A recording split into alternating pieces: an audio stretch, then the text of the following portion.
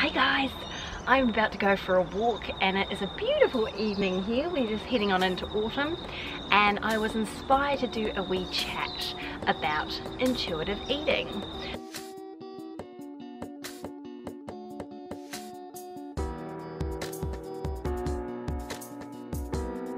I'm about to host a workshop and talking a little bit about these kinds of things, and I just thought I've never spoken about this on my YouTube channel, so why not take the chance now. So I've written a few wee notes, so I'll try not to ramble too much, but it is quite a broad subject. So first of all, why am I passionate about intuitive eating? It's probably quite surprising for me, as I am a personal trainer and wellness coach, but over my own fitness journey, I have discovered that it is probably the best thing I could have done for myself and my mental health. And I always felt uncomfortable giving my clients diets and meal plans. Well, I actually never did.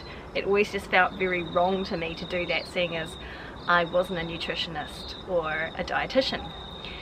And I've definitely had my own struggles with eating behaviours in the past. So when I discovered intuitive eating, it was like the penny dropped, and I just thought, why have I not been doing this all along? But you know, it's very easy to get sort of taken up into the diet trap because it's all around us. We are surrounded in our culture by the diet mentality. So first of all, what is intuitive eating? It is basically taking you right back to grassroots of when you were pretty much like a child. So when you were a kid, you had no influence on your brain when it came to food. You ate what you wanted and you stopped when you were full. You enjoyed the experience, but you were probably more preoccupied with having fun, because as a kid that's all you want to do. You want to eat yummy food and go play as soon as you can. Then as we get older, we have exterior ideas put upon us, and we slowly over the years we take some here and we take some here, and it influences who we become and how we eat when we're adults. So you might learn, say, you know, you're not allowed to leave the table until you've finished your meal, or you have to earn dessert, and if you're a good person you might get a food treat. All these things that add up and manipulate the way you act around food. Then you add upon the diet culture of deprivation and willpower, and it becomes even harder for you to recognize actual hunger signals and actually enjoy the food you're eating, because you start eating the food you think you should be eating, and foods become good foods, foods become bad foods, and there's no enjoyment. The enjoyment's sort of sucked out of it. So here are my top 10 tips on intuitive eating. The first one is really hard, and that is to try and reject the diet mentality. Now, if you are a control freak or a A-type personality like me, this will be quite confronting, and that's quite normal. You're not going to perfect this, and you'll want to perfect it if you're a perfectionist, overnight. You just aren't. But the thing is to just slowly take it day by day and give yourself that freedom that you probably haven't had for a long time. It's actually quite freeing in a way, but in that freedom, I guess, comes fear, because you think, if I take the deprivation away, I'm going to be an out-of-control pig. I'm going to be eating everything under the sun. There will be some things you can do to avoid massive binge sessions happening. The next thing is to really start thinking about your hunger signals. So what's really good to do is to look at your state of hunger on a scale of 1 to 10. 1 being starving and 10 being absolutely stuffed. When you start to actually look at it like that, you become more in touch with how you're actually feeling. And it's good to kind of eat when you're around a 2, 3 or 4 rather than starving, because you know that also leads to overeating. But then if you do that, it's okay. There's no mistakes. There's no getting it right and there's no getting it wrong. And that's the great thing about it. you just constantly checking in with how you're feeling and you work with it. The next thing is to make peace with all foods. So like I said before, foods become good foods and foods become bad. Try to just forget that. All foods are food. And when you do that, it stops that guilt that you felt when you had ice cream or takeaways. It's just food. And again, very liberating. When you take labels off food, you don't feel like I'm the worst person in the world because I had cake, or I felt sad and I ate a whole packet of cookies.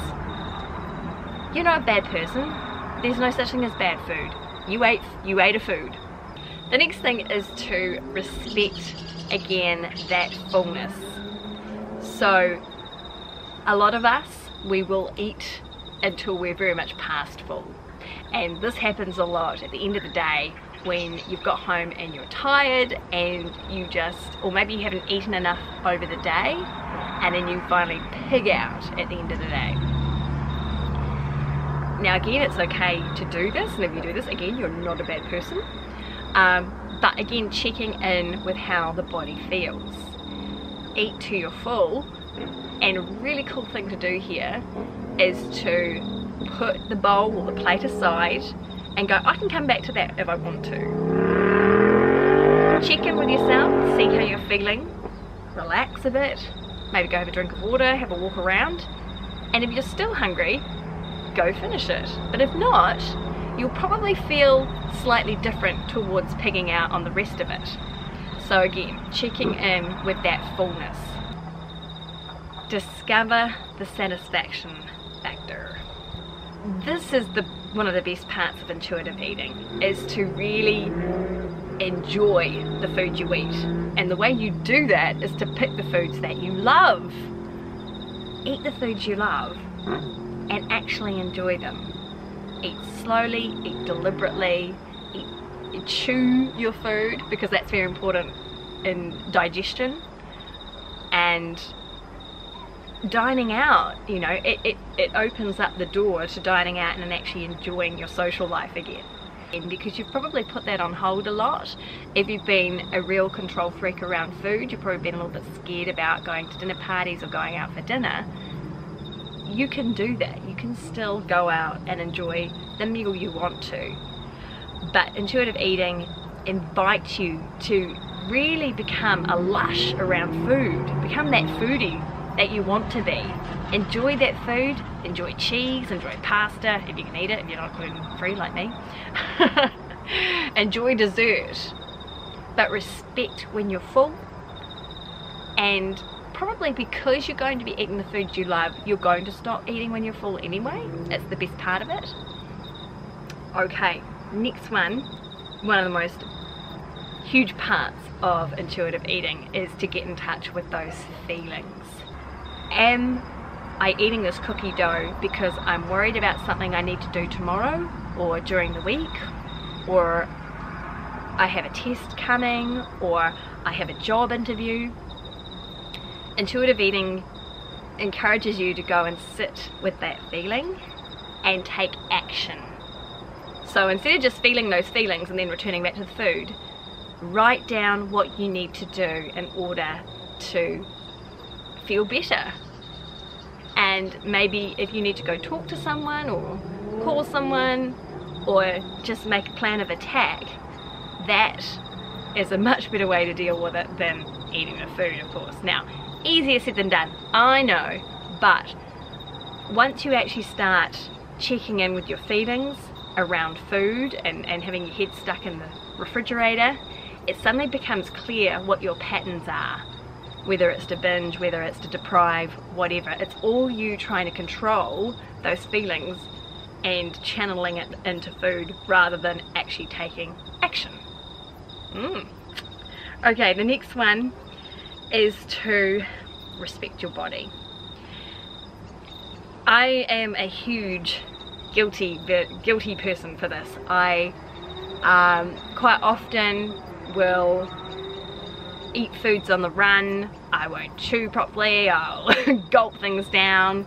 I'll eat things because I'm still stuck in that diet mentality when I could be eating something that's much more nourishing. So again, checking in with your body to see why you're eating something, why you're feeling a certain way, making the connection, and again, encouraging yourself to make a better, more informed, more enjoyable choice for yourself. Writing things down is actually really good, and as you can probably see through all these points, it is really good to journal. I know, I'm going to say it, to journal. Journal your feelings, but it really does help. Exercise. Exercise has been a huge part of my life, and it certainly helped me in terms of my anxiety. It's been a crutch for me in terms of my perfectionism because I tend to over-exercise. So for me, it's about pulling it back sometimes and going for a walk instead of a run, or doing some yoga instead of blasting myself at the gym. But exercise is such a good way to also check in with the body, because sometimes your appetite can seem like it's through the roof, and then you go for a walk and it's almost like, oh, I'm not even hungry anymore. You know, exercise can really regulate your appetite. At the same time, it can also increase your appetite.